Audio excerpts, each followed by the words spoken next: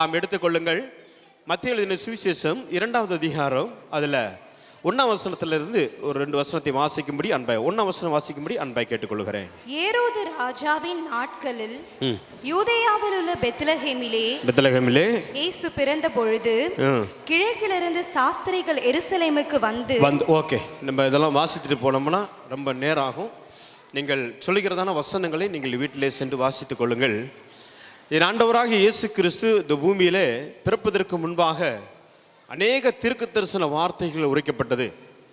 அநேக தீர்க்க தரிசன வார்த்தைகள் பழைய ஏற்பாட்டிலே நாம் வாசிக்க முடியும்.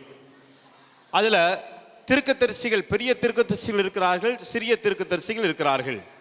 பெரிய தீர்க்கதரிசியாக இருக்கிறதான ஏசாயா அநேக தீர்க்க தரிசன வார்த்தைகளை உரைத்திருக்கிறார். உதாரணத்துக்கு சொல்லப்போனால், அதாவது ஏசாயா 9:6 நமக்கு ஒரு பாலகன் பிறந்தார் அப்படி என்கிற அந்த வசனத்தை எல்லாருக்கும் தெரியும்.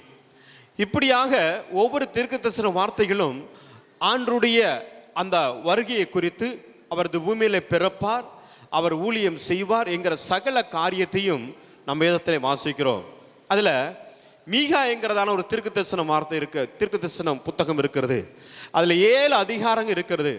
அந்த 7 அதிகாரத்திலையும் ஒவ்வொரு வசனமாக இயேசு கிறிஸ்து எப்படி பிறக்க போகிறார் என்பதை உங்கள் மத்தியிலே சுட்டி காண்பித்து இந்த பகுதியிலிருந்து சில கருத்துக்களை உங்கள் மத்தியிலே நான் சொல்ல விரும்புகிறேன். அல்லேலூயா, அல்லேலூயா, சத்தமா அல்லேலூயா, இன்னும் சத்தமா அல்லேலூயா, அல்லேலூயா. இந்த 2025வது ஆண்டு தொடங்கணும் தெரியல, முடிக்கிறதுன்னு தெரியல. ஆனால் ஆண்டவர் நம்ம எவ்வளோ தூரத்துக்கு கண்மணி போல பாதுகாத்து வழியெடுத்து வந்திருக்கிறார். ஏன்னா இந்த உலகத்தில் அநேக ஜனங்கள் இருக்கிறாங்க. ஆனால் உங்களையும் என்னையும் ஆண்டவர் தேர்ந்தெடுத்து கண்மணி போல பாதுகாத்து நம் நிர்மூலமாகாமல் இருப்பதற்கு தேவன் நம்மை பாதுகாத்திருக்கிறாரே, அதை நினைத்து நான் ஆண்டவருக்கு நன்றி செலுத்துகிறேன். அந்த பழைய ஏற்பாட்டிலே அந்த சின்ன தீர்க்க தரிசன புத்தகம் சொல்லப்பட்டிருக்கிறது அல்லவா, மீகா எழுதின தீர்க்க தரிசன புத்தகத்தை எடுத்துக்கொள்ளுங்கள். அதில் 1வது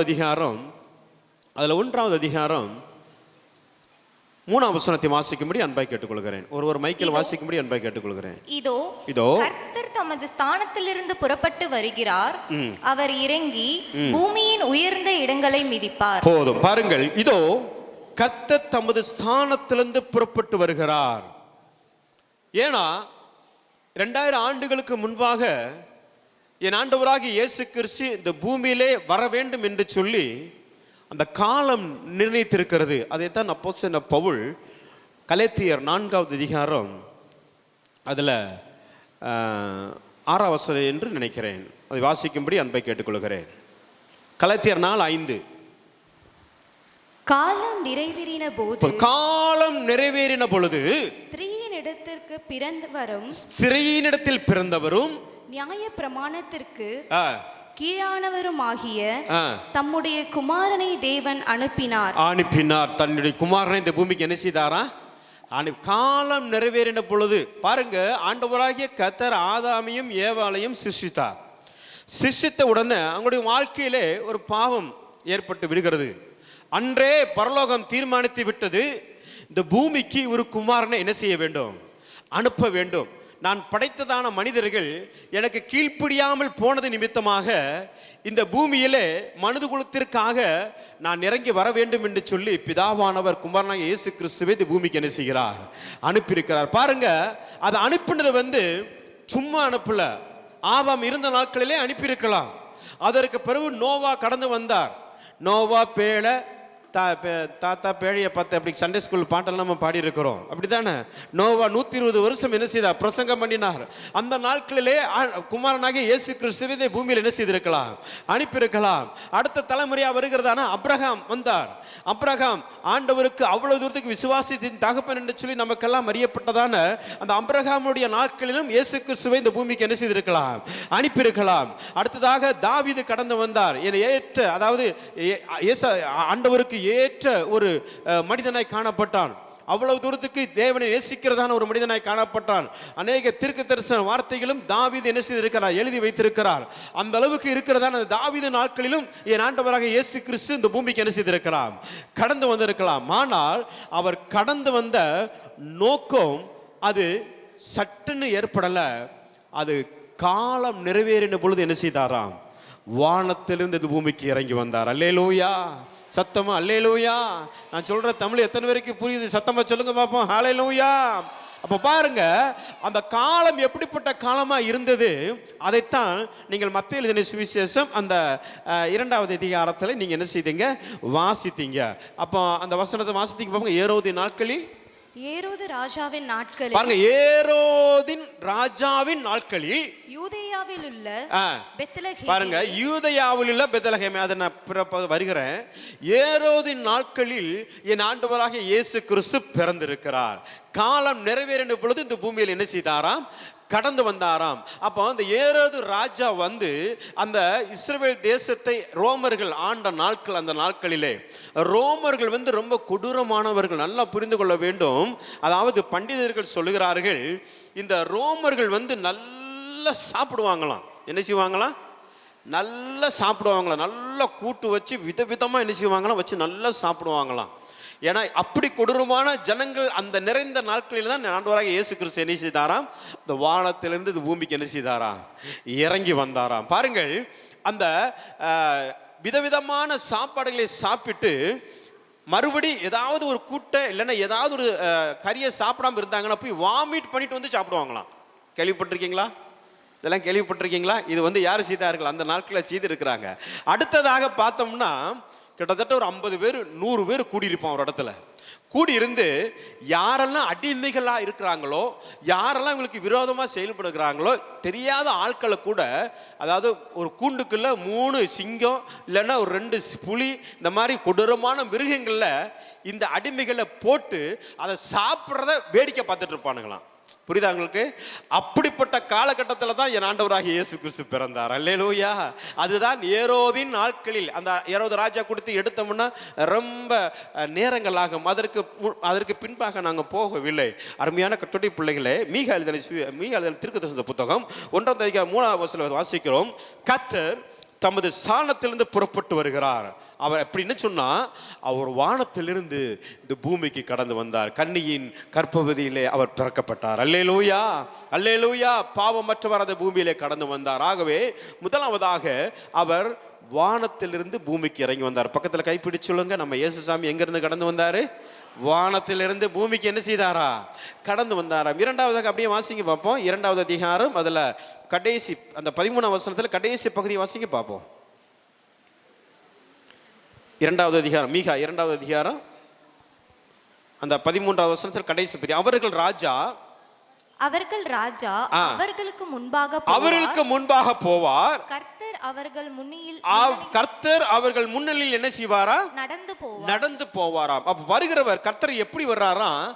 ராஜாவாக கடந்து வருகிறாரா? அல்லேலூயா. ஆனா அவர் எங்க பிறந்திருக்கிறார்? மாட்டு தொட்டி, மாட்டு தொழுவத்துக்கு முன்பா இருக்கிறதுனால மாட்டு தொட்டியிலே பிறந்த ஒரு தேவனுடைய மனிதன் இயேசு கிறிஸ்து. அவர் ஒரு குழந்தையாக பிறந்தாலும் அவர் ராஜாவாக இந்த பூமியிலே அவதரித்திருக்கிறார். அல்லேலூயா, அல்லேலூயா. ஆகவே தான் மேய்ப்பர்கள் இயேசு கிறிஸ்து பிறந்த இடத்தை கண்டுபிடித்த உடனே போய் ராஜாட்ட போய் சொல்றாங்க, நானே ஒரு ராஜாவா இருக்கிறேன், இன்னொரு ராஜா என்ன செஞ்சிருக்கேன் அந்த பூமியில பிறந்திருக்கிறாரா என்று சொல்லி என்ன செய்கிறான்? கேட்கிறான். கர்த்தருடைய பிள்ளைகளே, பாருங்கள், வானத்திலிருந்து இறங்கியிருக்கிறவர் அவர் எப்படிப்பட்டவராய் பிறந்திருக்காரா? சத்தமா சொல்லுங்க, எப்படிப்பட்டவராய் பிறந்திருக்காரா? ராஜாவாக. சத்தமா சொல்லுங்க, ராஜாவாக பிறந்திருக்கிறார். அல்லேலூயா, அல்லேலூயா. பாடுகிறோம்ல, மாட்டு தொழுவோம் தேர்ந்தெடுத்தா மாதேவ தேவனே. வேண்டாம் இருக்கட்டும், டைம் இல்லை. ஓகே, கர்த்தருக்கு ஸ்தோத்திரம். பாருங்க, அப்போ அவர் அப்படிப்பட்டதான மாட்டு தொழுவத்திற்கு முன்பாக மாட்டு தொட்டிலே சத்திரத்திலே பிறந்திருந்தாலும் அவர் ராஜாவாக பிறந்திருக்கிறார். அல்லேலூயா. கரங்களை தட்டி கர்த்தருடைய நாமத்தை மேம்படுத்துவோம். அடுத்ததாக 3வது அதிகாரம் அதுல 8ஆம் வசனம் வாசிங்க பார்ப்போம். 8ஆம் வசனம் குயிக்கா வாசிங்க பார்ப்போம். எனக்கு நேரம் கொஞ்சமா இருக்கிறதுனால துரிதமாக நான் உங்க மத்தியிலே சொல்ல விரும்புகிறேன். சீக்கிரமா வாசிங்க. நானோ யாக்கோபுக்கு அவன் மீறுதலையும் இஸ்ரவேலுக்கு அவன் பாவத்தை அறிவிக்கும்படி கர்த்தருடைய ஆவி அருளிய பலத்தினாலும் நியாயத்தினாலும். போதும். பாருங்க, வானத்திலிருந்து இறங்கி இருக்கிறவர் ராஜாவாக இந்த பூமியிலே அவதரித்தார். இந்த பூமியிலே அவதரித்தவர் எதற்காக கடந்து வந்திருக்கிறார் என்று சொன்னால், பாருங்க 3ஆம் வசனத்தில் 8ஆம் வசனம் வாசிக்கிறோம், யாக்கோப்புக்கு அவன் மீறுதலையும் இஸ்ரவேலுக்கு அவன் பாவத்தையும் அறிவிக்கும்படி இந்த பூமியிலே அவதரித்தார். அல்லேலூயா, அல்லேலூயா. பாருங்க, வானத்திலிருந்து இறங்கிறவர் ராஜாதி ராஜாவாக பிறந்திருக்கிறார். பிறந்து வந்து என்ன செய்ய போகிறார்? யாக்கோப்புக்கு மீறுதலையும் இஸ்ரவேலுடைய பாவத்தையும் நீக்கும்படியா இந்த பூமியிலே பிறந்திருக்கிறார். அல்லேலூயா, அல்லேலூயா. சத்தமா சொல்லுங்க அல்லேலூயா. அடுத்து 4வது அதிகாரம் 8வது வசனம் வாசிங்க பார்ப்போம். மந்தையின் துருகமே, மந்தையின் துருகமே, சீயோன் குமாரத்தின் போதும். அரண்மனை. மந்தையின் துருகமே. பாருங்கள், வானத்திலிருந்து இறங்கியிருக்கிறவர் ராஜாதி ராஜாவாக பிறந்திருக்கிறார். பிறந்து வந்து என்ன செய்ய போகிறார்? யாக்கோப்புக்கு மீறுதலையும் இஸ்ரவேலுடைய பாவத்தை நீக்க போகிறார். அப்படி பிறக்க போகிறவர் எங்க வந்து பிறக்க போறாரா? மந்தையின் துருக்கத்திலே. பக்கத்தில் கைப்பிடிச்சு விடுங்க, என்ன புது வார்த்தை நான் சொல்ற மாதிரி உங்களுக்கு தெரியுது, அப்படிதானே? மந்தையின் துருக்கத்தில். பாருங்கள், மந்தைகள் துருக்கம் என்று சொன்னா இஸ்ரவேல் தேசத்துல என்ன செய்வார்கள் என்று சொன்னால், அதாவது அந்த ஆடுகள் மேய்த்து கொண்டிருக்கிறார்கள் அல்லவா, அந்த மந்தையின் துருக்கம், அந்த முன்னணை இப்படிங்கிறதான விளக்கங்கள்லாம் இருக்கிறது. அது நம்ம மத்தேயு எழுதின சுவிசேஷம், மார்க்கு எழுதின சுவிசேஷம், லூக்கா எழுதின சுவிசேஷத்துல நீங்க அதெல்லாம் வாசித்தீங்கன்னா ரொம்ப அருமையா சொல்லப்பட்டிருக்கிறது. அவர் பிறந்த அந்த மீறுதலையும் பாவத்தையும் நீக்கி வந்து ஒரு மந்தையின் துருக்கத்திலே அவதரித்திருக்கிறார். அல்லேலூயா. ஒரு மந்தையின் துருக்கத்திலே சென்று என்ன செய்திருக்கிறார்? பிறந்திருக்கிறார். அடுத்ததாக 5வது 6வது அதிகாரம், அதுல 6வது அதிகாரம் 4 வருஷம் 5வது அதிகாரம் 2வது வசனத்தை வாசிக்கும்படி அன்பாய் கேட்டுக்கொள்கிறேன். எப்ராத்தா என்னப்பட்ட பெத்லகேமே, நீ யூதாவில் உள்ள ஆயிரங்களுக்குள்ளே. இதைத்தான் நீங்க மத்தேயு எழுதின சுவிசேஷத்துல ஃபர்ஸ்ட் நீங்க வாசிக்கிறீங்க.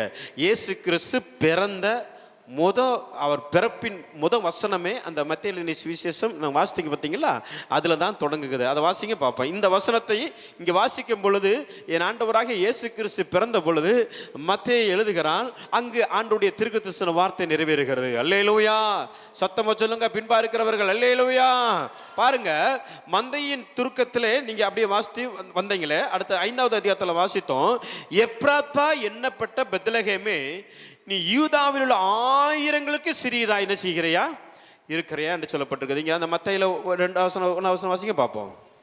ஏரோது ராஜாவின் நாட்களில் யூதேயாவில் உள்ள பெத்லகேமிலே இயேசு பிறந்த பொழுது கிழக்கிலிருந்து சாஸ்திரிகள். போதும் பாருங்கள், எப்ராத்தா என்கிற வார்த்தை பழைய ஏற்பாட்டிலே பெத்லகேம் அந்த வார்த்தை அந்த இடத்துக்கு என்ன செய்யப்பட்டிருக்கிறது? குறிப்பிடப்பட்டிருக்கிறது. இந்த எப்ராத்தா என்கிற வார்த்தை ஆதியாகமத்திலே சொல்லப்பட்டிருக்கிறது. அது எத்தனை பேருக்கு தெரியும் என்று எனக்கு தெரியவில்லை. ஆனால் இந்த எப்ராத்தா என்கிற வார்த்தை பெத்லகேம் என்கிற அந்த இடத்தும் ரெண்டும் ஒன்றுதான். ஆகவே தான் நீங்கள் எப்போ வாசித்தாலும் எப்ராத்தா என்கிற அந்த வார்த்தை வந்தாலே பெத்லகேம் என்கிற இடத்துக்கு என்ன செய்யப்பட்டிருக்கிறது? அடையாளமாய் காணப்படுகிறது. ஆகவே இது இப்ப வந்தது கிடையாது. ஆதியாகமத்திலே இப்படிப்பட்டதான இந்த இடத்துக்குள்ள பெயர் சொல்லப்பட்டிருக்கிறது. எடுத்து வாசியுங்கள். ஆதியாகமம் 35வது அதிகாரம், அதுல 16 கீழே வாசிங்க பார்ப்போம். பின்பு பெத்தேலை விட்டு பிரயாணம் பண்ணி புறப்பட்டார்கள். எப்பிராத்தாவுக்கு வர இன்னும் போதும். என்ன பேருன்னு சொல்லப்பட்டிருக்கிறது? என்ன சொல்லுங்க? எப்பிராத்தா சொல்லுங்க. அப்போ எப்ராத்தாங்கிற இடம் வந்து ஆதியாகமத்திலே என்ன செய்யப்பட்டிருக்கிறது? அதாவது யாக்கோப்புக்கு 12 குமாரர்கள் இருக்கிறார்கள். அதுல 11 குமாரர்கள் பிறந்து விட்டார்கள். கடைசியாக ஒரு நபர் பிறக்க போகிறார். அவருடைய பெயர் தான் பெஞ்சமின். அந்த பெஞ்சமினை எங்க வைத்து அவன் பிறந்திருக்கிறார் என்று சொன்னால், எப்ராத்தா என்னப்பட்ட பெத்லகேமிலே பிறந்த ஒரு நபர் தான் யாரு? இந்த பெஞ்சமின். அப்படி கீழே வாசிங்க பார்ப்போம். எப்பிராத்தாவுக்கு வர இன்னும் கொஞ்சம் தூரம் இருக்கும்போது ராகேல் பிள்ளை பெற்றாள். பிரசவத்தில் அவளுக்கு கடும் வேதனை உண்டாயிற்று. பிரசவிக்கும் போது அவளுக்கு கடும் வேதனையாய் இருக்கையில் மருத்துவச்சி அவளை பார்த்து பயப்படாதே. அல்லேலூயா, அல்லேலூயா. சத்தம் அல்லேலூயா. மரியாள் கர்ப்பவதியாகி அவள் என்ன செய்ய வேண்டும்? அவமானத்தோடு கடப்படும் பொழுது தேவதூதன் வந்து கடந்து சொல்கிறார். என்ன சொல்கிறார்? பயப்படாதே. அல்லேலூயா சொல்லுங்க. அல்லேலூயா. பாருங்க, இங்க ராகேலை பார்த்தும் ஆண்டவர் சொல்லுகிறார் பயப்படாதே.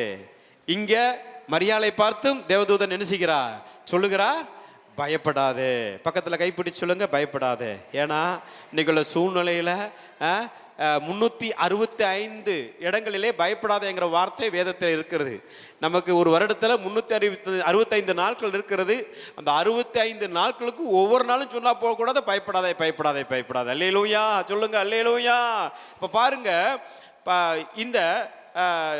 இந்த சம்பவத்தை பாருங்கள். கடைசி நாட்களில் யாக்கோப்புக்கு ஆண்டவர் சொல்கிறதான காரியம், பயப்படாதே, இந்த முறையும் புத்திரனை பெறுவாய் என்றான். மரண காலத்தில் அவள் ஆத்மா பிரியும் போது அவள் அவனுக்கு என்ன பேருன்னு சொன்னாலாம்? என்ன பேருன்னு சொன்னாலாம்? பெனனி. இதெல்லாம் நீங்கள் சும்மா வாசிப்பீங்க, ஆனால் கேள்விப்பட்டிருப்பான்னு எனக்கு என்ன செய்யல தெரியல. அப்போ வயதான நாட்களிலே யாக்கோப்புக்கும் அந்த ராகேலுக்கும் ஒரு குழந்தை பிறக்க போகிறது, எப்ராத்தா என்னப்பட்ட பெத்லகேமிலே. அப்படிப்பட்டதான அந்த சூழ்நிலையிலே அவள் மரண தருவாயில் கடந்து வரும் பொழுது ஒரு குமாரனை பெறுவான் என்று சொல்லி தீர்க்க தரிசனமாய் மருத்துவ வச்சு என்ன செய்கிறாங்க, சொல்றாங்க. சொன்ன உடனே அந்த பெனனி என்று சொன்னால் வருத்தத்தின் மகன் என்று அர்த்தம். சொல்லுங்க பார்ப்போம், என்ன அர்த்தம்? வருத்தத்தின் மகன். ஆனா வருத்தத்தோடு, ஐயோ என் வயதான நாட்களிலே நான் ஒரு குழந்தையை பிறக்க போகிறேன், இவனை நான் எப்படி வளர்ப்பேன், எப்படி, அந்த மாதிரி எண்ணங்களோடு கூட அந்த ரேகல் சொல்லி கொண்டு இருக்கும் பொழுது அடுத்ததாக யாக்கோப் என்ன சொல்லுகிறார்னு பாருங்க, கீழே வாசிங்க பார்ப்போம். மரண காலத்தில் அவள் ஆத்துமா பிரியும் போது அவள் அவனுக்கு பெனோனி என்று பெயரிட்டாள். அவன் தகப்பனோ அவன் தகப்பன் யார்? யாக்கோப்போ. அவனுக்கு பென்யமீன் என்று என்ன செய்தானா? பெயரிட்டானாம். ராகேல் மரித்து பெத்லகேம் என்னும் இடத்துல என்ன செய்யப்பட்டாலாம்? எப்ராத்தா என்ன இடத்துல என்ன செய்யப்பட்டாலாம்? அடக்கம் பண்ணப்பட்டாலாம். கர்த்தருடைய பிள்ளைகளே பாருங்கள், இந்த பெஞ்சமீன்ங்கிற வார்த்தையை இந்த யாக்கோப்பு சொன்னும் பொழுது இந்த பெஞ்சமீன் வாக்குத்தத்தத்தின் மகன் என்று அர்த்தமாம். எப்படி என்று சொன்னால், இவன் மரிக்கின்ற நாட்களிலே இந்த பெஞ்சமீன் தான் வலது பரிசத்திலே நின்று இந்த யாக்கோப்பை என்ன செய்ய வேண்டும்?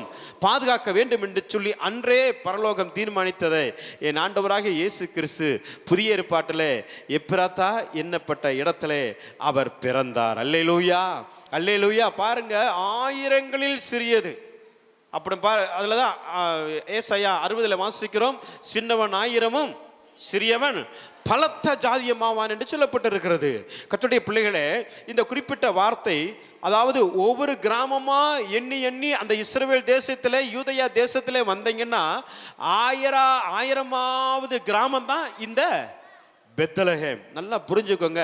அவர் போய் எருசலேமில் பிறக்கல, பெத்தேலில் பிறக்கல, பெரிய பெரிய நகரங்கள் என்று அறியப்படுகிறதான இடத்துல போய் பிறக்கல. ஆயிரங்களில் சிறிய கிராமமா இருக்கிறதான பெத்லகேமில் பிறந்தது நிமித்தமாகத்தான் இன்று 10,000 கோடி கோடியா ஜனங்கள் இயேசு கிறிஸ்துவை அந்த பெத்லகேமிலே சென்று பார்ப்பதற்கு கடந்து சென்று கொண்டிருக்கிறார்கள். அல்லேலூயா, அல்லேலூயா. சில வேளை உங்களுடைய வாழ்க்கையில ஐயோ என்ன நடக்க போகிறது, துன்பம் நடக்க போகிறதா, கஷ்டம் நடந்து கொண்டிருக்கிறதா, வியாதிகள் நடந்து கொண்டிருக்கிறதா, வியாகுலங்கள் நடந்து கொண்டிருக்க, எது நடந்தாலும் பரவாயில்லை, என் ஆண்டவர் உங்களுடைய கண்ணீரை காண்கிறார். அல்லேலூயா. ஏனென்று சொன்னால் அவர் ராஜாதி ராஜாவாக இந்த பூமியில் அவதரித்து அவருடைய பிறப்பின் அந்த வர்த்தமானங்களையும் பார்த்தீங்கன்னா ரொம்ப ஆச்சரியமாக இருக்கிறது. அப்படிப்பட்டதான ஒரு தெய்வத்தை தான் நீங்களும் நானும் வணங்கிக் கொண்டிருக்கிறோம். இயேசு கிறிஸ்து பிறந்தது நிமித்தமாகத்தான் கிபி என்று கிமு என்று பிரிக்கப்பட்டிருக்கிறது. பாருங்கள், இந்த பாண்டிச்சேரி பகுதியிலே அருமையான நம்முடைய தகப்பனாரை கொண்டு ஆண்டவர் செய்து வருகிறதான மகத்தான காரியம் ஆச்சரியமானவை, அதிசயமானவை. அந்த அளவுக்கு ஆண்டவர் உழித்தின் பாதையிலே வல்லமாய் செயல்படுத்தி கொண்டு வருகிறார். அப்ப நாங்கள் உட்கார்ந்து இருக்கும் பொழுது நான் யோசித்து பார்த்தேன், சீகன்பால் கடந்து வந்தார். சீகன்பால் கடந்து வந்திருக்கும் பொழுது நமக்கு வேத புத்தகம் நம்ம கையிலே கிடைத்தது. வில்லியம் கேரி கடந்து வந்தார் கல்கத்தாவிலே. அவர் கிட்டத்தட்ட 37க்கு மேற்பட்டதான 39க்கு ஏற்பட்டதான புதிய ஏற்பாட்டை என்ன செய்தாராம்? டிரான்ஸ்லேஷன் பண்ணாராம். அன்னை தெரசா கடந்து வந்தாங்க. அன்னை தெரசா கடந்து வந்து கல்கத்தா குஷ்டர்கள் மத்தியில் என்ன செய்தாங்களாம்? ஊழியம் செய்த. அப்படி ஏன்னா இதெல்லாம் தேவனுடைய அன்பை என்ன செய்கிறது? வெளிப்படுத்துகிறது. தேவன் ஏன்னா ஆயிரங்களில் சிறியவராக இருந்தாலும் அவர் அந்த இடத்தை, அவர் எப்படிப்பட்ட இடத்தை சூஸ் பண்ணாலும் இன்னைக்கு அந்த தெரிந்தெடுக்கப்பட்டதான இடம் இன்று பரலோகம் அங்கீகரித்து ஒட்டுமொத்த உலகமும் அந்த பெத்லகேமை திரும்பி பார்க்க வைத்திருக்கிறது. அல்லேலூயா. சத்தமா பின்பாக இருக்கிறவங்க கரங்களை வைத்து சொல்லுங்க, அல்லேலூயா. நான் போற ஸ்பீடு ரொம்ப ஸ்பீடு, ஆகவே என்னோடு கூட நீங்க ஒத்துழைக்கும்படி அன்பாய் நான் கேட்டுக்கொள்கிறேன். பாருங்க, அந்த எப்ராத்தா என்னப்பட்ட பெத்லகேமிலே என் ஆண்டவராக இயேசு கிறிஸ்து பிறந்தது. ஆகவே தான் இன்று அது அப்பத்தின் வீடாய் காணப்படுகிறது. அந்த அப்பத்தின் வீடு உங்க உள்ளத்தில் என்றென்றும் கடந்து வர வேண்டும். உங்கள் இல்லத்தில் என்றென்றும் அவர் கடந்து வர வேண்டும். அல்லேலூயா, அல்லேலூயா. அடுத்ததாக பாருங்கள், சில காரியங்களை இதுக்கு பின்பாக நான் சொல்லுகிறேன். 6-7 வாசிங்க பார்ப்போம். 6-7. ஆயிரங்களான ஆட்டுக்கடாக்களின் பேரிலும் எண்ணெயாய் ஓடுகிற 10,000 ஆறுகளின் பேரிலும் கர்த்தர் பிரியமாய் இருப்பாரோ. என் அக்கிரமத்தை போக்க என் முதற் பேரான குமாரன் இந்த பூமியில வெளிப்பட்டார். அல்லேலூயா. சத்தமா சொல்லுங்க அல்லேலூயா. இன்னும் சத்தமா அல்லேலூயா. முதற் பேரான குமாரனாய் இருக்கிற இயேசு கிறிஸ்து இந்த பூமியிலே வெளிப்பட்டார். ஆகவே தான் இன்று உங்களுடைய வாழ்க்கையிலும் என்னுடைய வாழ்க்கையிலும் தேவன் முதற் பலனாய், முதற் தெய்வமாய், எந்த தெய்வத்தை நீங்கள் வணங்கினாலும் முதல் உரிமையை என் ஆண்டவருக்கு கொடுத்து இந்த இடத்துல கடந்து வந்திருக்கிறீங்க. ஏன்னு சொன்னால் நீங்கள் அனைவரும் அவ்வளவு தூரத்துக்கு பாக்கியவான்கள். ஏன்னா பரலோகம் இன்று கலியுறுகிறது.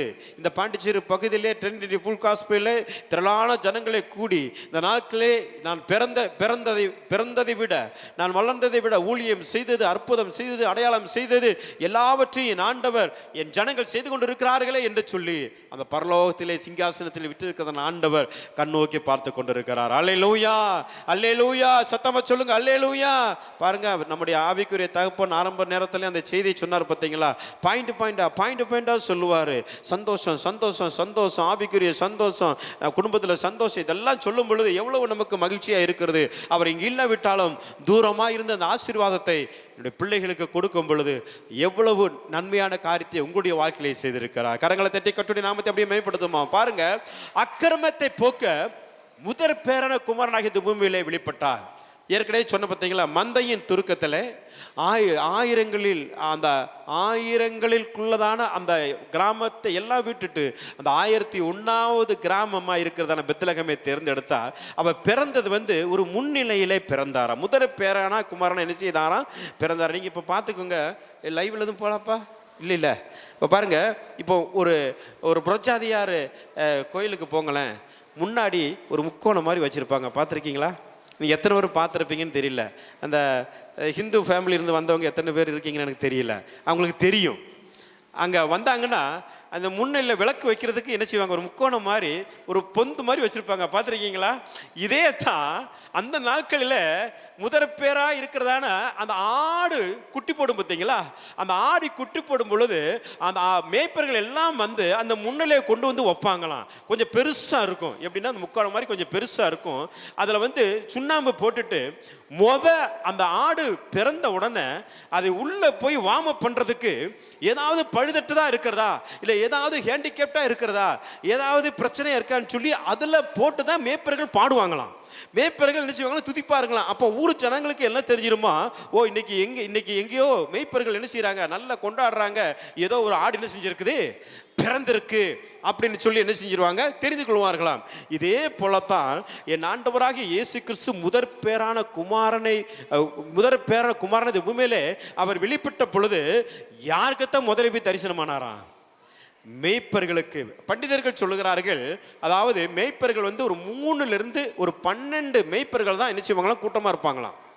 3லிருந்து 12. அப்போ அந்த உங்களுக்கு தெரியும் அந்த சவுண்டு எப்படி வரும் அப்படின்னு. அப்போ அவ்வளோ தூரத்துக்கு அவங்க துதித்து பாடும் பொழுது, ஐயோ, ஒரு ஆட்டுக்குட்டி முதற் பேரானா இருக்கிறதான ஒரு ஆட்டுக்குட்டி பழுதற்றதா பிறந்திருக்கிறது. அதே போல என் இயேசு கிறிஸ்து பிறந்த உடனே இந்த மேய்ப்பர்கள்லாம் துதித்து பாடின பொழுது, ராஜாதி ராஜா அந்த பூமியில வந்துட்டாருன்னு சொன்ன பொழுது ஊர் ஜனங்களெல்லாம் என்ன செஞ்சிட்டாங்க? நினைச்சிட்டாங்க, ஒரு முதற் பேரானாய் குமார் இருக்கிற மேசியா அந்த பூமியில் என்ன செய்தாராம்?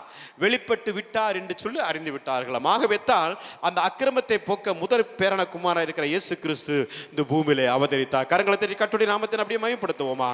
அடுத்ததாக 7:19 வாசிங்க பார்ப்போம். 7:19 வாசிங்க பார்ப்போம்.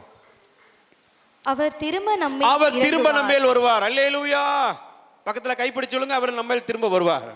பாருங்க, இயேசு கிறிஸ்து பிறப்பதற்கு முன்பாகவே தீர்க்கதரிசியா இருக்கிறதான மீகா அனுசித்தாரு, சொல்லிட்டாரு, அவர் நம்மேல் திரும்ப வருவார்.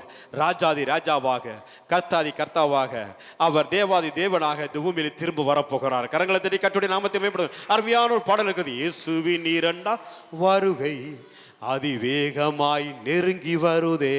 அவர் ஏன் மேஜர் நினைக்கிறேன், கொஞ்சம் கைத்தட்டு அதை ஒன்று பாடுவோமே. பாருங்க எப்படின்னா, இயேசு கிறிஸ்து குழந்தையாய் இந்த பூமியிலே பிறந்தார். இயேசு கிறிஸ்து குழந்தையாய் பிறந்தார். ஆனால் அவர் திரும்ப வருவது குழந்தையாய் கிடையாது, ராஜாதி ராஜாவாய் வரப்போகிறார், கர்த்தாதி கர்த்தாவாய் வரப்போகிறார், தேவாதி தேவனாய் வரப்போகிறார். உங்களை என்னையும் மீட்டுக் கொள்ளும்படியாய் அவர் திரும்ப வருவார். ஹல்லேலூயா.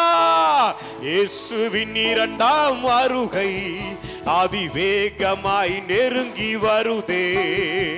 இயேசுவின் இரண்டாம் வருகை அதிவேகமாய் நெருங்கி வருதே. ஆயத்தமாயிடுவோம் அன்பரேசுவை சந்திக்கவே.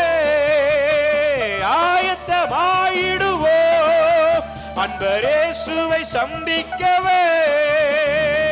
மாரநாதா அல்லேலூயா, மாரநாதா அல்லேலூயா, மாரநாதா அல்லேலூயா, மாரநாதா அல்லேலூயா. சொல்லுங்க பாப்போம். மாரநாதா அல்லேலூயா, மாரநாதா அல்லேலூயா, மாரநாதா அல்லேலூயா, மாரநாதா அல்லேலூயா.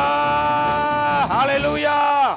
இப்ப பாருங்க, ஒரு குழந்தையாய் இந்த பூமியிலே அவதரித்த ஆண்டவர் ராஜாதி ராஜாவாக பிறந்தார். அவர் பிறந்தவர் யாக்கோப்பினுடைய மீறுதலையும் இஸ்ரவேலுடைய பாவத்தையும் போக்க இந்த பூமியிலே கடந்து வந்தார். அப்படி கடந்து வந்த மந்தையின் துருக்கத்திலே பிறக்கிறார். அந்த மந்தையின் துருக்கத்திலே பிறக்கிறவர் எப்ராத்தா எண்ணப்பட்ட பெத்லகேமில் என்ன செய்கிறார்? பிறக்கிறார். பிறந்தவர் முதற் பேரான குமாரனாய் பிறக்கிறார். அப்படி பிறந்தவர் ராஜாதி ராஜாவாக இந்த பூமியில கடந்து வர போகிறார். கரங்களை கட்டி கட்டி நாமத்தை மேம்படுத்துவோமா? கடைசியாக ஒரே ஒரு சத்தியத்தை சொல்லி உங்க மத்தியிலே முடிக்க விரும்புகிறேன். லூக்கா எழுதின சுவிசேஷம் 2வது அதிகாரம் 6 to 8 வரை வாசிக்கும்படி அன்பை கேட்டுக்கொள்கிறேன். அவ்விடத்தில் அவர்கள் இருக்கையில் அவளுக்கு பிரசவ காலம் நேரிட்டது. அவள் தன் முதற் பேரான குமாரனை பெற்று சத்திரத்திலே அவளுக்கு இடமில்லாதிருந்தபடியினால் பிள்ளையை துணிகளில் சுற்றி முன்னணியிலே கிடத்தினாள். அப்பொழுது அந்த நாட்டிலே மேய்ப்பர்கள் வயல்வெளியில் தங்கி ராத்திரியிலே தங்கள் மந்தையை காத்து கொண்டிருந்தார்கள். அவ்வேளையில் கர்த்தருடைய தூதன் அவர்களிடத்தில் வந்து நின்றான். கர்த்தருடைய மகிமை அவர்களை சுற்றிலும் பிரகாசித்தது. ஆமென். பாருங்க, இப்ப நான் எல்லாம் சொன்ன காரியமும் இந்த குறிப்பிட்ட வசனத்துக்குள்ளாய் அடங்கிட்டு எத்தனை பேருக்கு புரிஞ்சுதுன்னு எனக்கு தெரியல. நான் மீகால சொன்னதான அவ்வளவு சத்தியங்களும் லூக்கா மத்தேயில ஏற்கனவே சொல்லிட்டேன்.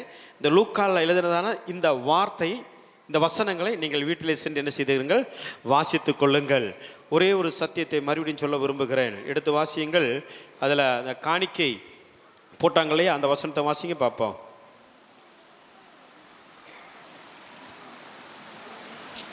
பொன்னையும் வெள்ளையும், அந்த வசனம் எங்க இருக்குன்னு பாருங்க.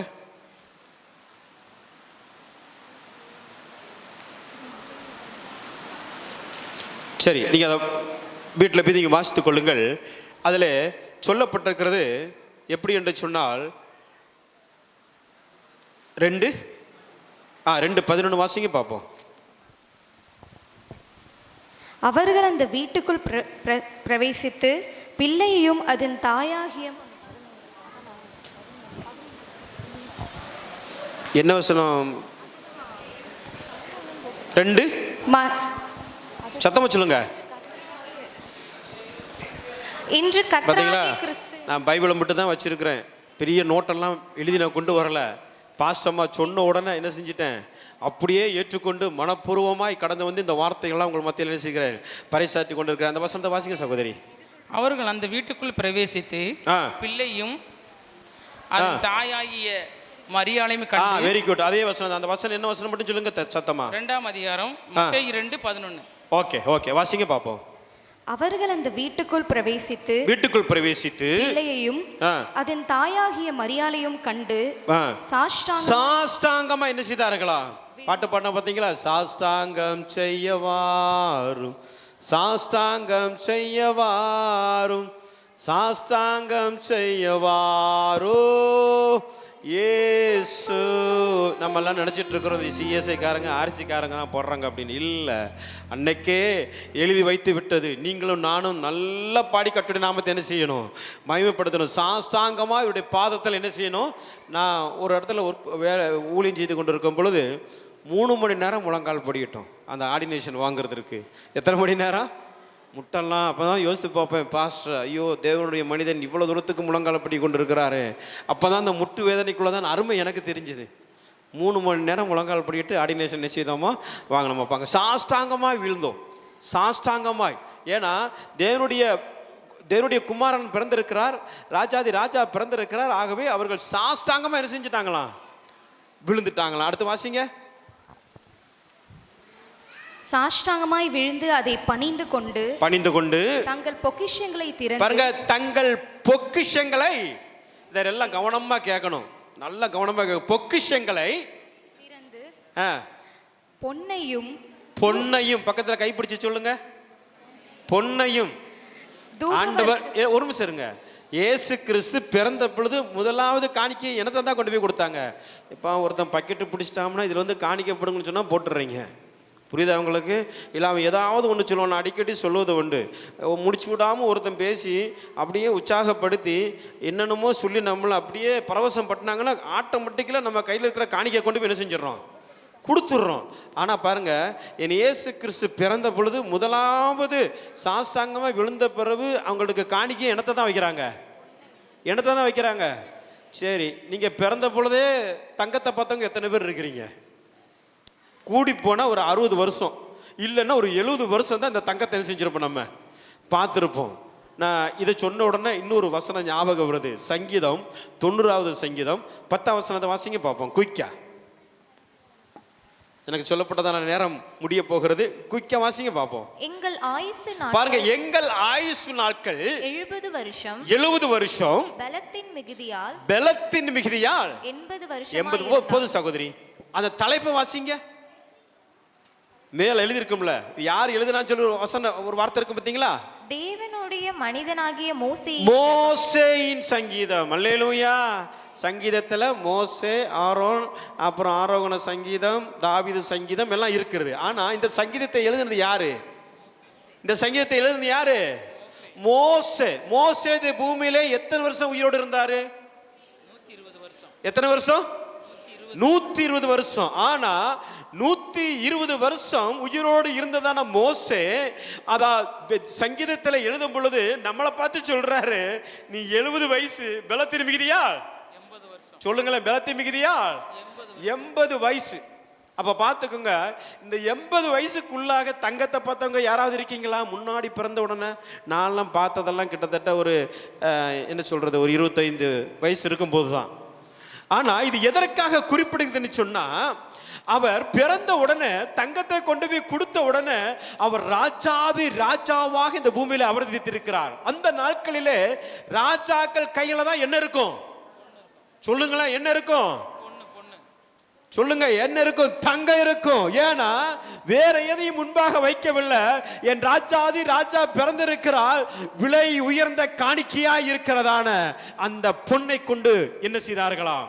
காணிக்கையாக வைத்தார்களாம். கர்த்தருடைய பிள்ளைகளை எங்கள் போதகர் சொல்லுவாரு, நான் சின்ன பிள்ளையா இருக்கும் பொழுது, எடா மோனே, நீ குஞ்சா இருந்தப்படும் 10 ரூபாயா சோத்திரால் செய்யிடுது. இப்போ இன்னைக்கு 48 பிராயவாயி இப்பொழுது 10 ரூபாயா சோத்திரால் செய்யிடுது அப்படிம்பாரு. இல்லே, நீ சின்ன பிள்ளையா இருக்கும் பொழுது இந்த பெட்டியில 10 ரூபா தான் காணிக்க போடுற. இன்னைக்கு 48 வயசு ஆக போது இப்பவும் என்ன செய்யற? 10 ரூபா தான். இது நியாயமாங்க? சொல்லுங்க பாப்பா, இது நியாயமா? ஆனா நாளாக நம்முடைய ஆவிக்குரிய வாழ்க்கையில் இந்த மெச்சூரிட்டி என்ன செய்யணும்? பெருக வேண்டும். இந்த பொன்னை கொண்டு போய் காணிக்கையாய் வைத்திருக்கிறான்னு சொன்னால் அது ராஜாவுக்கு ஒப்பனையாக என்ன செய்யப்பட்டிருக்கிறது? சொல்லப்பட்டிருக்கிறது. அடுத்து கீழே என்ன சொல்லப்பட்டிருக்கிறது? காணிக்கையா வைத்தது தூபவர்க்கத்தையும். நம்ம ஃபாதர் நல்ல வேளைக்கு இந்த பாட்டெல்லாம் பாடி நம்மளை என்ன செய்தாரு? ஆவிக்குரிய வாழ்க்கையில வழிநடத்து. தூபம் போல் என் ஜெபங்கள், அப்புறம் ஏற்றுக்கொள்ளும் ஐயா. அப்போ தூப பருக்கமாய் பழைய ஏற்பட்ட நாட்களிலே ஆசரிப்பு கூடாரத்திலே ஒரு ஆசாரியன் போக வேண்டும் என்று சொன்னால் தூப கலசத்தை கொண்டு பலிபீடத்தில் என்ன செய்ய வேண்டும்? நிற்க வேண்டும். அதையெல்லாம் நிறைவேற்றும்படியாக அந்த சாம்பலாய் போய் கொண்டிருக்கிறது அல்லவா, அந்த புகையாய் போய் அந்த எல்லாம் நிறைவேற்றும்படியாக இயேசு கிறிஸ்துவுக்காக அந்த தூப வர்க்கத்தையும் என்ன செய்தார்களாம்? காணிக்கையாக வைத்தார்கள். அடுத்து ஒன்று சொல்லப்பட்டிருக்கிறது, என்னது? வெள்ளை, என்னது?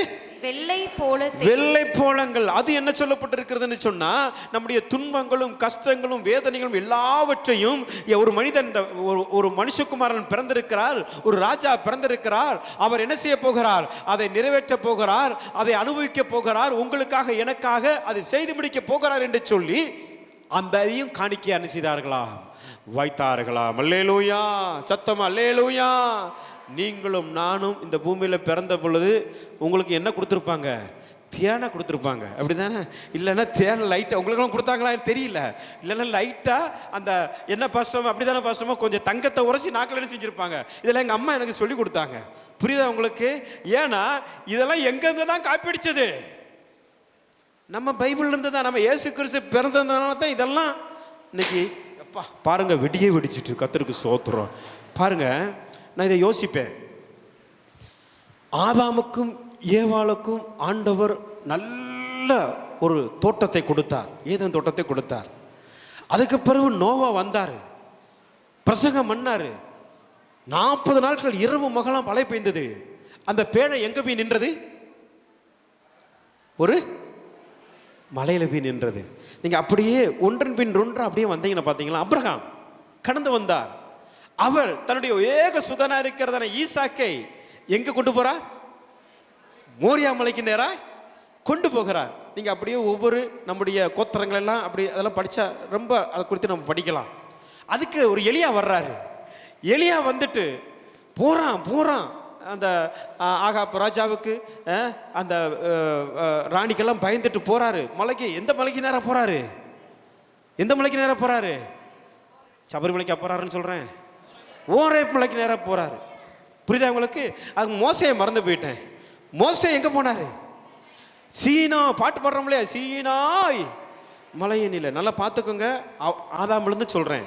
அடுத்து நோவா வந்தாங்க, அடுத்து அப்ரஹாம் வந்தாங்க, அடுத்து மோசே வந்தாங்க, அடுத்து எலியா வந்தார், அடுத்து தாவீது வந்தார். தாவீத அதாவது ஒரு மலையிலேருந்து ஒருத்தர் என்ன செஞ்சுட்டு இருக்கிறான்? சவால் விட்டுட்டு இருக்கிறான். அவன் தலையை எடுத்துட்டு எந்த இடத்துக்கு தான் போறான்? பெத்லகே மலைக்கு நேராக தான் என்ன செய்கிறான்? கடந்து செல்கிறான். அப்போ பாருங்க, இது எல்லாமே நம்முடைய ஆதி பிதாக்கள் ராஜாக்கள் செய்து வைத்ததை இன்னைக்கு மலைகளெல்லாம் போய் கோயிலை கட்டிட்டு யார் தான் செஞ்சிட்டு இருக்கிறா? அங்கங்க நம்ம பார்க்குறோம்ல இந்தியாவில் எல்லாம் ஆரம்பம் நம்முடைய ஆதிபிதாக்கள் செய்ததை இன்று புறஜாதியார் என்ன செஞ்சுட்டு இருக்கிறான்? செய்து கொண்டு இருக்கிறான். இன்னும் சொல்ற ஒரு சத்தியத்தை பாருங்க. வேதத்தில் நம்ம வாசிக்கிறோம், அந்தி சந்தி மதியான நேரத்தில் என்ன செய்யணும்? ஆண்டவரை துதிக்கணும். இரவு பகல் ஆண்டவரை துதிக்கணும்னு சொல்லி பார்க்கிறோம். இன்னைக்கு நமக்கு பகலுன்னா அமெரிக்காவில் ராத்திரி, மற்ற தேசங்கள்ல டைமிங்லாம் மாறும். இப்போ பாருங்க, இன்னைக்கு முஸ்லீமா இருக்கிற நபர் ஒரு நாளைக்கு எத்தனை முறை ஓதுறான்? அப்போ இந்த உலகம் முழுவதும் இரவு வருகிறது, பகல் வருகிறது. இரவு வரும், அவன் 24 மணி நேரமும் ஏதோ ஒரு இடத்துல என்ன செஞ்சுட்டு இருக்கிறான் ஆண்டவரை. ஆனால் வேதத்தில் நமக்கு சொல்லப்பட்டிருக்கிறது அந்தி சந்தி மத்தியானத்தில் என்ன செய்யணும்?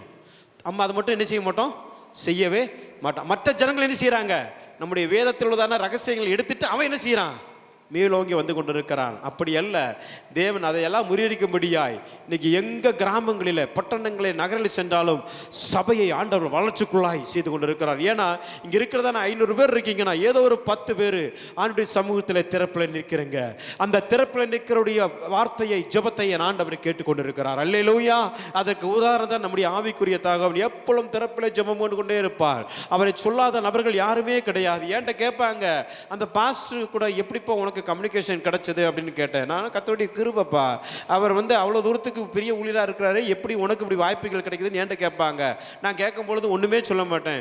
தேவனுடைய மனிதன் உள்ளத்தில் ஆண்டவர் பேசுகிறார், என்னை கூப்பிட்டு பயன்படுத்துகிறார் என்று நான் சொன்னேன். நீங்கள் நம்புறீங்களா இல்லையோ, 4 மணிக்கு ஒரு சர்வீஸு, 6 மணிக்கு ஒரு சர்வீஸு, 9 மணிக்கு குளத்தூரில் நம்ம முக ஸ்டாலின் இருக்கார்ல, என் ஃப்ரெண்டு, அவங்க 400 விசுவாசிக்கு இருப்பாங்க. மலையாளி கேரளாவிலேருந்து வர்றாங்க, டிரான்ஸ்லேஷன் மலையாளத்துலேருந்து தமிழ். அவன் நேற்று என்கிட்ட கோவிச்சிட்டான், 1 மாதத்துக்கு முதலே சொல்லிட்டான். நான் சொன்னேன், பாஸ்டாம்மா சொன்ன உடனே நான் வர்றேன் பாஸ்டாம்மா, இதுதான் எனக்கு முக்கியம் அப்படின்னு. புரியுதா உங்களுக்கு? இதுதான் எனக்கு முக்கியம். அப்படி ஏன்னா அந்த அளவுக்கு அந்த உள்ளங்களை ஆண்டவர் சேர்த்து வைத்திருக்கிறார். உங்களுக்கும் இந்த சபைக்குள்ளே தான் அந்த உடன்படிக்கையை ஆண்டவர் சேர்த்து வைக்க வேண்டும். நம்ம இப்படியே இருக்கக்கூடாது. இன்னும் திரளாய் ஜனங்களை இயேசுவுக்காக கொண்டு வர வேண்டும். அந்த அன்பை செலுத்த வேண்டும். அன்பு உங்கள் உள்ளத்தில் கடந்து வர வேண்டும். இப்படிப்பட்டதான இந்த வசனங்கள்லாம் நீங்கள் வீட்டில் போய் வாசித்து இதை தியானம் பண்ணுங்கள்.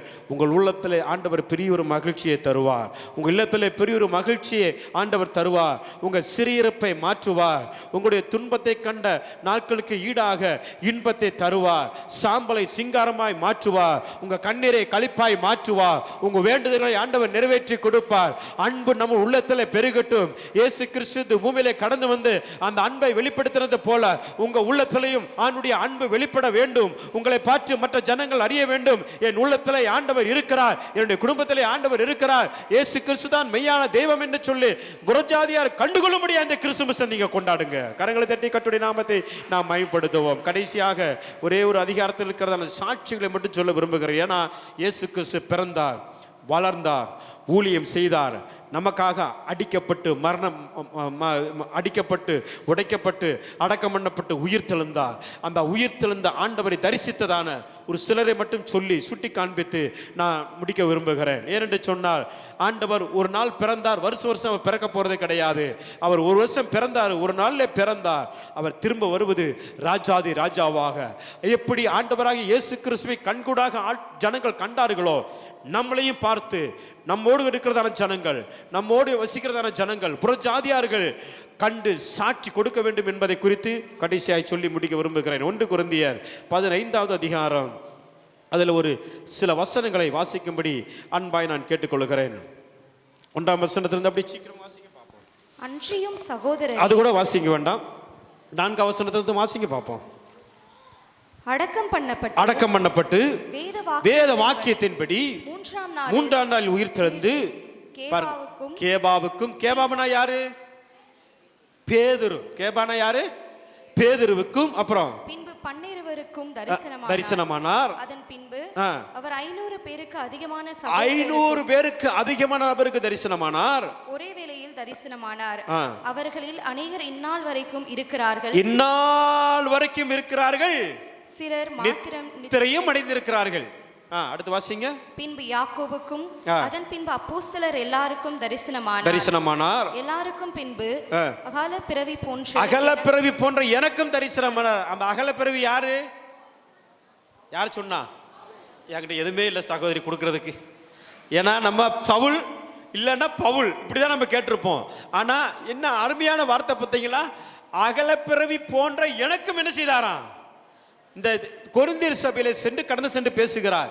இயேசு கிறிஸ்து பூமியிலே பிறந்தார், அவர் வளர்ந்தார், ஊழியம் செய்தார், அற்புதம் செய்தார், அடையாளம் செய்த எல்லாம் கண்ட நபர்கள் எல்லாம் மரித்து அடக்கம் பண்ணப்பட்டு சீடர்களும் போய் ஓடிட்டாங்க. ஆனா திரும்ப கடந்து வந்த பொழுது இதை எல்லாம் நிரூபிக்கும்படியாக ஒரு அகலப்பறவையா இருக்கிறதான பவுலை ஆண்டவர் என்ன செய்கிறாரு? தேர்ந்தெடுக்கிறார். அல்லேலூயா. எத்தனை பவுல் உட்கார்ந்துருக்கீங்கன்னு தெரியல. 1 நாளாகம்னு நினைக்கிறேன். அதில் தாவீது ஒரு சிங்கத்தை தான் கொன்னான். ஆனால் தாவீதோடு இருந்த பென்னியா என்கிற ஒருத்தர் இருக்கிறான். குகைக்குள்ள போய் ஒரு சிங்கத்தையும் 2 சிங்கத்தையும் கொன்றானா. குருவை விட சீஷம்பு எத்தனை சிங்கத்தை கொன்னா? 3 சிங்கத்தை கொண்டானா. ஆகவே இங்க பலிபீடத்திலிருந்து நாங்க பிரசங்கம் பண்ணுகிறத விட இங்க உள்ள எத்தனை பேர் இருக்கீங்கன்னு தெரியல. நீங்க போகும் பொழுதே அற்புதம் நடக்கும். நீங்க பேசும் பொழுதே தேவன் உங்கள் மூலமா வல்லமையை வெளிப்படுத்துவார். உங்க நிலப்படும் பொழுதே ஆண்டவர் அற்புதத்தை செய்ய போகிறார். நீங்கள் நிலப்படும் பொழுதே ஆண்டுடைய பிரசனம் உங்களை சுற்றி இருக்கிறதான ஜனங்கள் மத்தியிலே கடந்து வர போகுது. அல்லேலூயா, அல்லேலூயா. நீங்க இருக்கிறவங்க எல்லாம் சாதாரணமா நினைக்காதீங்க. நீங்க எல்லாம் வெளியேற பெற்றவர்கள். பக்கத்துல கைப்பிடி சொல்லுங்க, நாங்க எல்லாம் வெளியேற பெற்றவர்கள். ஏன்னா இயேசுவின் அன்பு இருக்கிறது. அப்படிதானே? அப்ப பாருங்க, அகலப்பிறவியா இருக்கிறதான பவுல் சொல்லுகிறாரு, எப்பா அவர் அடக்கம் பண்ணப்பட்டு உயிர் தெழுந்துட்டாரு, கேபாவுக்கு தரிசனமானாரு, சீசர்களுக்கு தரிசனமானாரு, 500 பேருக்கு தரிசனமானாரு, யாக்கோப்புக்கு, அடுத்து எனக்கும் தரிசனமானாரியா. இந்த ஊழியத்தை புறஜாதியார்களும் பார்த்து நம்மை கண்டு படிக்க வேண்டும். அல்லேலூயா. ஆகவே தான் இந்த திருச்சபையிலே கர்த்தருடைய வார்த்தையே இயேசு கிறிஸ்துவை குறித்து இவ்வளவு வல்லமையாக எத்தனை வேத பண்டிதர்கள் கடந்து வருகிறார்கள், எத்தனை ஊழியர்கள் கடந்து வருகிறார்கள். நம்முடைய ஆவிக்குரிய தகப்பன் பயன்படுத்தி கொண்டிருக்கிறார். ஏன்? நீங்கள் ஆவிக்குரிய வாழ்க்கையிலே வளர வேண்டும். கரங்களை தட்டி கர்த்தருடைய நாமத்தை மேம்படுத்துவோம். நீங்கள் இயேசுவின் அன்பை அறிந்து கொள்ள வேண்டும். அந்த இயேசுவின் அன்பு மற்றவர்களுக்கும் என்ன செய்ய வேண்டும்? இந்த கிறிஸ்துமஸ் நாட்களிலே கொண்டு செல்ல வேண்டும். தேவன் அதை எதிர்பார்க்கிறார். இந்த வார்த்தையின் மூலமாய் கர்த்தர் உங்கள் ஒவ்வொருவரையும் ஆசீர்வதிப்பாராக. அப்படியே எழுந்து நிற்போம். உங்களுக்காக நான் ஜெபிக்க விரும்புகிறேன். ஆவிக்குரிய தகப்பனை நாம் நினைப்போம். ஆவிக்குரிய தகப்பனை நம்ம நினைத்து நாம் ஆண்டவருக்கு நன்றி செலுத்துவோம். இந்த சபையை எவ்வளவு தூரத்துக்கு ஆண்டவர் வழிநடத்தி வந்து கொண்டிருக்கிறார். ஆகவே இந்த கர்த்தருடைய வார்த்தையை கேட்டீங்கல்ல, இயேசு கிறிஸ்து உங்கள் உள்ளத்திலே பிறந்திருக்கிறார். இயேசு கிறிஸ்து என்னுடைய உள்ளத்திலே பிறந்திருக்கிறார், என் குடும்பத்திலே பிறந்திருக்கிறார், உங்களுடைய குடும்பத்திலே பிறந்திருக்கிறார். அந்த நன்மையான காரியத்தை செய்யும்படியாக ஆண்டவர் வைத்திருக்கிறார். ஆகவே அந்த தேவனை அப்படியே கண்களை மூடி நாம் ஜெபம் செய்வோம். என்ன வேண்டுதலோடு கடந்து வந்திருக்கீங்களோ இந்த கிறிஸ்துமஸ் நாட்களிலே உலகம் முழுவதும் இயேசு கிறிஸ்து பிறந்திருக்கிறார் என்று கொண்டாடி கொண்டிருக்கிறார்கள். அதே நிலைமையிலே அவர் எப்பொழுதும் நாம் உள்ளத்திலே சந்தோஷத்தோடு சமாதானத்தோடு கூட நாம் காணப்பட்டாலும் தேவனுடைய கிருபை நம்மை சூழ்ந்து கொள்ளட்டும். நம்முடைய குடும்பத்தின் தேவைகள் சந்திக்கப்படட்டும், வியாதிகள் நீங்கட்டும், பிரச்சனைகள் நீங்கட்டும், கர்த்தருடைய கரம் உங்களை தாங்கி வழிநடத்தட்டும். அவர் பாருங்க, அவர் பிறந்த அந்த சத்தியத்தை உங்களுக்கு சுருக்கமாக மிக விரைவாக உங்கள் மத்தியிலே சொல்லியிருக்கிறேன். நீங்கள் வீட்டிலே சென்று இந்த வசனங்களை வாசிங்க. ஒரே 4 பல்லவி உங்களுக்காக நான் ஜெபிக்க விரும்புகிறேன். நீங்கள் என்ன வேண்டுதலோடு கூட இந்த 2024 இருந்தீங்களோ, இந்த 2026 ஆண்டில் மகத்தான காரியத்தை செய்வதற்கு ஒப்பு கொடுங்க. மகத்தான காரியத்தை என்னுடைய வாழ்க்கையில் ஆண்டவர் செய்ய வேண்டும், என்னுடைய குடும்பத்திலே செய்ய வேண்டும், என்னுடைய ஊழியத்திலே செய்ய வேண்டும், என்னுடைய வேலையிலே செய்ய வேண்டும், என்னுடைய பிசினஸ்ல செய்ய வேண்டும் என்று சொல்லி அப்படியே ஒப்பு கொடுங்க பாப்போம். ஹல்லேலூயா. உயரமும் உன்னதமுமான அப்படியே ஆண்டவர் அப்படி உயர்த்துங்க பாப்போம். சிங்காசனத்தில் வீற்றிருக்கோ உயரமும் உன்னதமுமான சிங்காசனத்தில் வீற்றிருக்கோ சேனைகளின் கர்த்தராகிய ராஜாவே என் கண்கள் எல்லாரும் அப்படியே கரங்களை உயர்த்தி சொல்லுங்க பாப்போம். நம்முடைய ஆண்டவருடைய கண்கள், உங்களுடைய கண்கள் என் ஆண்டவருடைய கண்களை பார்க்க வேண்டும். என் கண்கள் கரங்களை உயர்த்தி சேனைகளின் கர்த்தர். What a mighty God we serve. இயேசப்பா, இந்த கிறிஸ்துமஸ் நல்நாளிலே எங்களுடைய ஆண்டவர் சேனைகளின் கர்த்தராய் இருக்கிறவர், பரிசுத்தராய் இருக்கிறவர். எங்கள் வேண்டுதலை நிறைவேற்றி கொடுப்பீராக. நீர் ஒருவரே பரிசுத்தர்.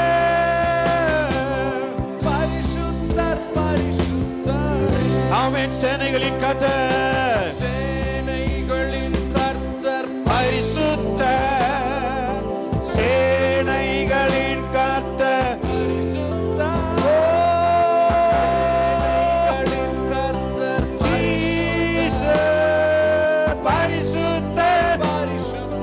Come on church. இன்னும் எவ்வளவு தூரத்துக்கு உயர்த்தணுமா உயர்த்துங்க. பரிசுத்தரே எல்லா நமத்திலும் மேலானவர், முழங்கால்கள் முடங்கிடும் இவருக்கு முன். எல்லா நமத்திலும் மேலானவர், முழங்கால்கள் முடங்கிடும் துதிகன மகிமை துதிகன பாத்திரரே உம்மையே ஆராதிப்பே. துதிகன மகிமைக்கு பாத்திரரே தூயவரே சுவை உயர்த்திடுவே. கரங்களை உயர்த்தி சேனைகளின் கர்த்தர் பரிசுத்தரே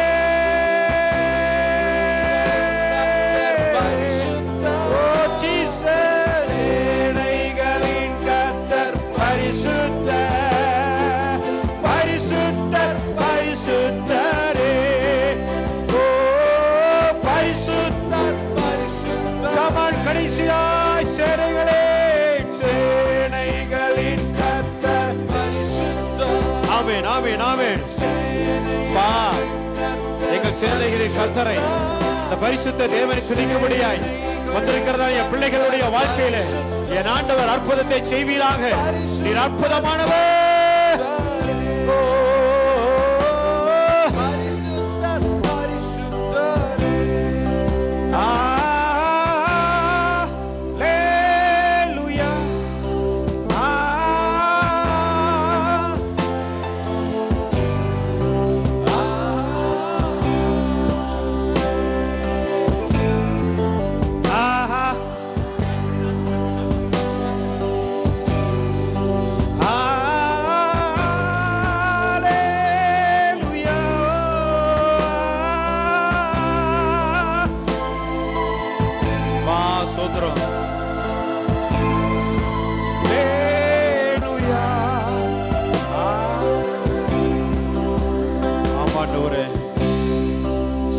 கர்த்தர் பரிசுத்தர் பரிசுத்தர் பரிசுத்தர் ஓயாமல் போற்றப்பட்டு கொண்டிருக்கிறது போல இந்த நல்ல நாளிலே ஆண்டவரே உம்முடைய பிறப்பை முன்னிட்டு திரளான ஜனங்களாய் இந்த இடத்துல கூடி வந்து உம்முடைய நாமத்தை மேய்ப்படுத்த நீர் எங்களுக்கு தந்த நல்ல தருணத்துக்காக நன்றி ஆண்டவரே.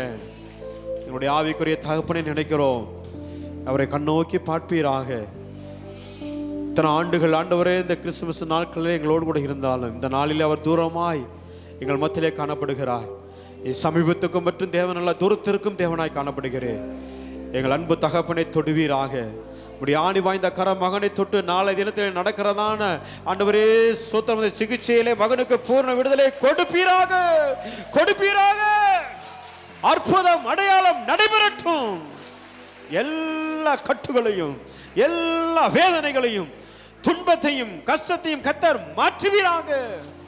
சீக்கிரமாய் கடந்து வந்து இந்த சுத்திகரிப்பு கூட்டத்திலையும் எங்க ஆண்டவரே இந்த புது வருட பழைய ஒரு ஆராதனை கலந்து கொள்ள என் பரிசுத்த ஆவியானவர் உதவி செய்வீராக. கண்டாமிருகத்துக்கு ஒத்த பலனை கொடுப்பீராக. ஆண்டவரே சுத்தல பலத்தினால் மகனை இடை கட்டுவீராக. பாசமாவுக்காக தானமாய் கொடுத்த 4 பிள்ளைகளுக்காக மருமக்கமாருக்காக பேர பிள்ளைகளுக்காக வருகிறேன். இங்க வந்திருக்கிறதான ஒவ்வொரு விசுவாசி மக்களுக்காக மூப்பர்களுக்காக ஆண்டவரே சபையில் உள்ளதான பொறுப்பில் இருக்கிறதான ஒவ்வொரு நபர்களையும் நான் நினைக்கிறேன். ஆண்டவரே புதுதாய் கடந்து வந்திருக்கிறதான ஒவ்வொரு தேவனுடைய பிள்ளைகளையும் கர்த்தர் ஆசீர்வதிப்பீராக. ரட்சிப்பீராக. ரட்சிப்பை ஆண்டவரே அவர்கள் அறிந்து கொள்ள கர்த்தர் உதவி செய்யும். இப்படி நாம மட்டும் மயப்படட்டும். தொடர்ந்து நாள் நடக்கிறதான எல்லா ஊழியத்திலும் நீர் கூட இரும். துதிக நமக்கு ஒருவருக்கே செலுத்துகிறோம். இயேசுவின் நாமத்தில் ஜெபிக்கிறோம் எங்கள் நல்ல பிதாவே.